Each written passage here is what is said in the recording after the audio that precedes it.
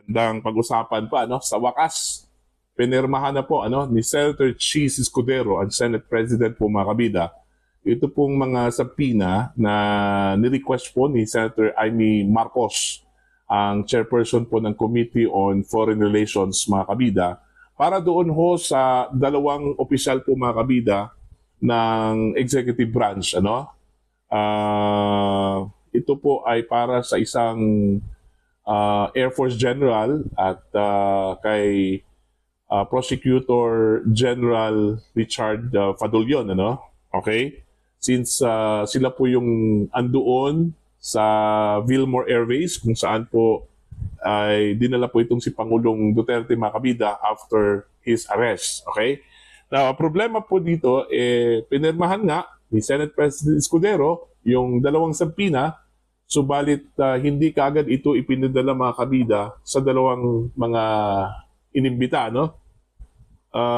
Ito po ay ini-refer muna doon po sa kanila pong legal department for review. Okay? Eto, babasahin ko lang po mga kabida, ito pong pahayag ni Senator Cheese Escudero. Ang sabi po niya dito, I had signed subpoenas to summon two officials. We sent them to the legal or Senate Legal Counsel to study the implication of invoking executive privilege. Dagdag pa niya dito mga kabida, he sought the aid of Senate lawyers on the signed subpoena to avoid a constitutional crisis. So yun yung kanya hong rason. Kaya hindi ho daw niya naipadala kaagad doon po sa dalawang inimbita, mga kabida. Subalit, meron pong mga pananaw po yung mga kababayan po natin, baka isa po daw itong delaying tactic. Okay? Since alam naman po natin mga kabida, ito pong si Senator Cheese Escudero ay perceived as kalyado po ng Malacanang, kalyado po ng Pangulong Ferdinand Bongbong Marcos, na siya pong nag-utos kay E.S. Bersamin na pigilan po itong mga opisyal po niya na ipadala po sa Senado, invoking this executive privilege at ito pong sub judice rule. Okay, mga kabida. Now, meron lang po akong babasahin po dito. Gusto ko lang ding ibahagi po sa inyo. Ito pong write-up po mga kabida ni Xinglu. Ito ay may kaugnayan din doon po sa pananaw ng mga kababayan po natin. Baka ito ay isa pong uri po ng delaying tactic, or isa lang talaga itong legal review as sinabi po mga kabida ni Senate President Escudero. Dito po sa article po ni Xinglu, posted actually one day ago po ito mga kabida. Ang title po dito is Legal Review or Delay Tactics. Ito po, babasahin po natin pagkatapos po dito ay magre-react po tayo mga kabida. Senate President Cheese Escudero's decision to forward the Senate-issued subpoenas to the legal department instead of directly submitting them to the Senate Sergeant-at-Arms has raised eyebrows. Ayan. Kumbaga, tumaas yung kilay, ng mga nakarinig dito sa kanyang sinabi, mga kabida, at ginawa, The subpoenas directed at government officials who failed to attend the Senate hearing on the alleged illegal arrest and detention of former President Rodrigo Duterte now remain in legal limbo. Ayan. Okay? Now, while Escudero maintains that due process must be followed, many observers may argue that the delay could weaken the Senate's authority and slow down the search for truth. The public might view this as an attempt to block transparency and accountability.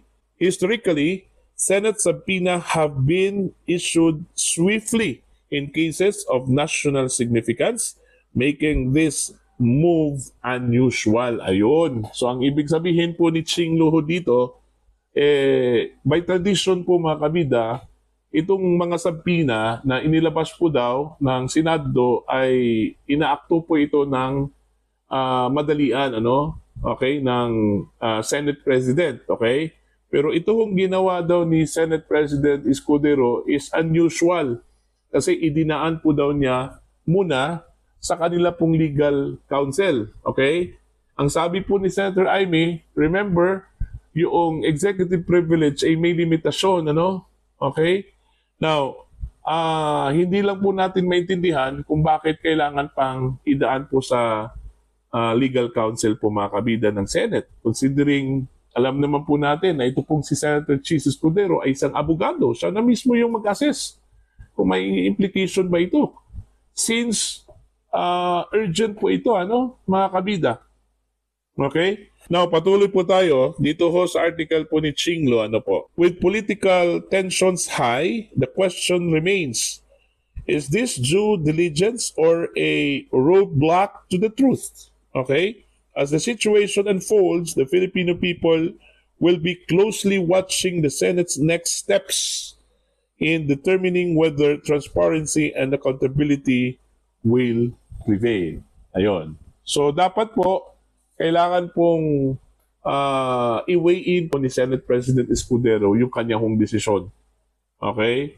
Kung siya po ba ay magbubulag-bulagan lang po dito, ano? Alam naman po natin at alam naman po siguro ni Senate President Escudero, mga kabida, na urgent po ito. Ito hong sabpina. Hindi ho dapat patagalin po ito, no? Considering, hindi nga sila sumipot eh. Binastos nga nila ito hong Senate inquiry po, ano? Alam naman po natin, mga kabida, yung Senado, part of the Congress, meron pong oversight function. Okay? Enshrine yan sa ating saligang batas. Okay? Hindi ho dapat magpadaig ito pong legislative department doon ho sa kanila pong mandato, ano, mga kabida. Although, nagpadala po ng sulat ito pong si E.S. Persamin sa Senado, pero kahit na po nagpadala po ng sulat, isang uri po ng pambabastos yun, ano? Hindi ho nila ginalang yung function po ng Senate. Okay? At pangalawa, kung wala talaga silang itinago po mga kabida, bakit kailangan pong umiwas po sila dito ho sa hearing na ito, ano? Kaya tinawag nga silang duwag ni Senator Amy Marcos, ano? Dahil ho, kahit man lang magpakita po sa Senado o kung meron mang mga katanungan na hindi ho kailangang sagutin because in-invoke po itong executive privilege, pwede naman yun. Pwede naman po silang magsabi po mga kabida, pwede naman po silang sumagot na I am invoking the executive privilege. No? Anong problema doon? Kung sa tingin po nila na inline na po doon po sa executive privilege. Ang importante doon, nagpakita po sila. Dumalo po sila mga kabida. Ang impression tuloy po dito is umiwas po sila, no, sa possible bookingan sa mga nangyari po, ano. Nung unang hearing po mga kabida, napahiya po itong mga opisyal po ng executive branch, ano. Marami hong mga nadiskubre, ano, ang Senate Committee on Foreign Relations. In fact, doon po sa kanila hong investigasyon, kahit na po isang session lang po ng investigasyon po, marami na po silang nadiskubre, ano. Unang-una po, yung planong paghuli po kay dating Pangulo ay hindi ho instant yun, kundi premeditated daw, ano. Ang ibig sabihin po, matagal na pong plinano po mga kabida, no? Yung paghuli po kay dating Pangulong Rodrigo Duterte. Okay? Isa pa po, yung sinasabi po ng Malacanang na hindi ho sila nakipag-ugnayan po sa ICC, wala ho silang connection sa ICC, kasi ho, unang-una, hindi na po nila kinikilala yung jurisdiction po ng ICC sa Pilipinas. Pero anong nangyari po? Based doon sa kanilang investigasyon, may nangyari pong kaugnayan ito pong Pilipinas at yung International Criminal Court. Okay? Meron pa rin silang ugnayan po. Nakikipag-ugnayan pa rin ang ICC sa gobyerno po ng Pilipinas. On the same way, ang Pilipinas naman ay nakipag-ugnayan po sa International Criminal Court. Dahil lang po dito po sa kaso ni dating Pangulong Rodrigo Roa Duterte. So, yun po yung mga dapat sagutin po ng mga opisyal po ng gobyerno kung bakit nagkaganon. Okay? Matagal na pala itong plano, mga kabida. In fact, sa isang interview po kay General Torre sa isang online network, online outfit, inamin po niya na matagal na pala itong plano na ito, Tapos, meron pong interview, ito pong isa pong media po sa US as early as May noong 2024.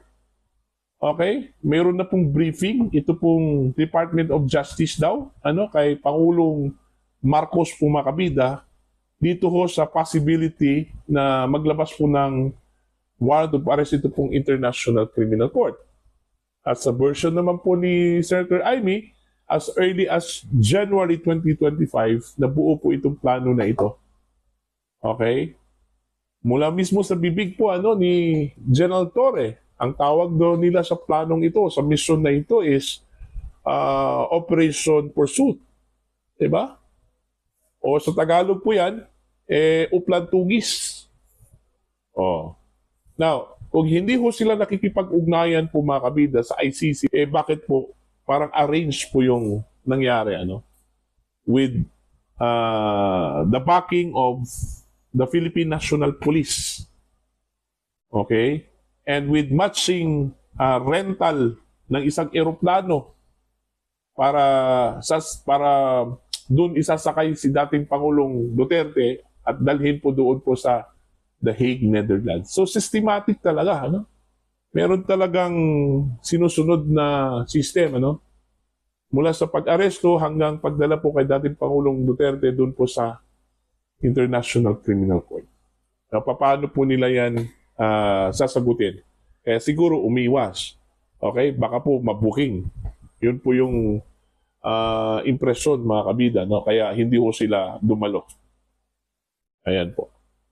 So sana madaliin po ito, itong mga sampina at hindi natin alam kung ito ay para lang talaga sa dalawa o meron pong mga sampina na pinirmahan po si Senator Chis Escudero na intended para sa iba pang mga opisyal po ng executive branch. Kagaya doon po sa binanggit mga kabida ni Senator Amy Marcos na meron pong sampina para kay General Jean Fajardo, yung spokesperson mismo ng PNP, General Marbil, Okay? General Nicolas Torre III.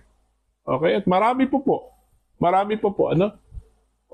Pero ang binabanggit lang po ni Senator Chis Escudero is intended lang po para doon po sa dalawang mga opisyal, Kay Prosecutor Padulyon at saka isa pong Air Force General. Okay?